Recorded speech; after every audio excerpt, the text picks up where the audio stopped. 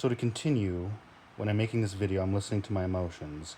And so my emotions are saying that looks are shallow, in the sense that how much about a person's humanity can you get from someone's looks?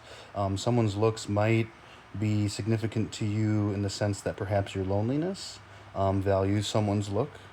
However, how much more details can you get from someone based on their looks? And like, what does it mean to you? So for example, let's say my chin here. What does that mean to me? It might mean that perhaps I have a certain weight. And so what that might mean is that potentially my physical health might be suffering. And so I'd be interested in speaking to people about how I can nurture and care for my boredom and loneliness, which really like ice cream when they're suffering, when they're not having deep, meaningful conversation.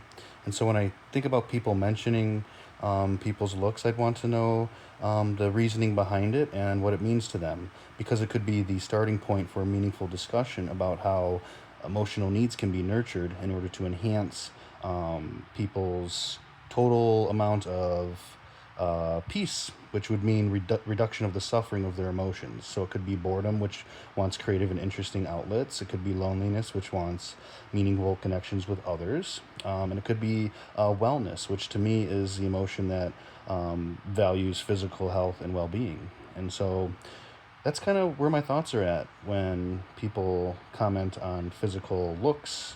It would be interesting to see if they could add a reasoning about why they mention physical looks and how it relates to their own well-being and their own peace, and how they navigate their world to reduce their own suffering, which are their emotional needs.